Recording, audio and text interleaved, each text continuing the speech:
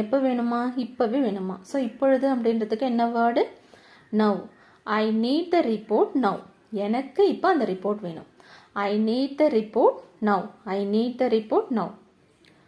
நான் இப்போ தான் முடித்தேன். ஸோ ஆக்ஷன் வந்து கம்ப்ளீட்டட், முடிஞ்சிருச்சு. அப்போ என்ன வேர்ப் யூஸ் பண்ணலாம், past verb. Finished. V1, V2, V3, present, past, past participle. Finish, finished, finished. V1, V2, V3. Finish, finished, finished. நான் இப்போ தான் முடித்தேன். ஸோ இப்போ தான்றதுக்கு ஜஸ்ட் சேர்த்து சொல்லுங்கள். I just finished it. I just finished it. கடைசி நேரத்தில் தான் நீ எப்போவுமே சொல்கிற. எப்போவுமே கடைசி நேரத்தில் தான் நீ சொல்கிற. ஸோ இங்கே என்ன டென்ஸ் யூஸ் பண்ணலாம், ப்ரெசன்ட் டென்ஸ். கொஞ்சம் ரெகுலராக நடக்குதுன்றதுனால ப்ரெசன்ட் டென்ஸில் கூட சொல்லலாம்.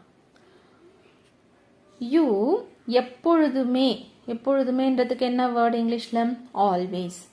யூ நீன்றதுக்கு நீ, நீங்கள், இதுக்கு வந்து யூஸ் பண்ணுங்க, சப்ஜெக்ட் யூ. எப்பொழுதுமேன்றதுக்கு ஆல்வேஸ். You always. சொல்கிறதுக்கு என்ன வேர்டு, டெல். என்கிட்ட சொல்கிறீங்க. So tell me. You always tell me. You always tell me. இந்த டெல் பக்கத்தில் TO 2லாம் போடாதீங்க. You always tell me. You always tell me.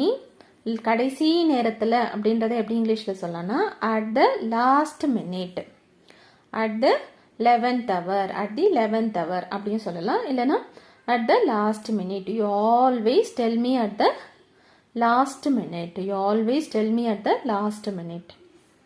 என்னை மன்னிச்சிட்டு. I am sorry. I am sorry. எனக்கு கொஞ்சம் ப்ராப்ளம்ஸ் இருந்தது. எனக்கு இருந்தது.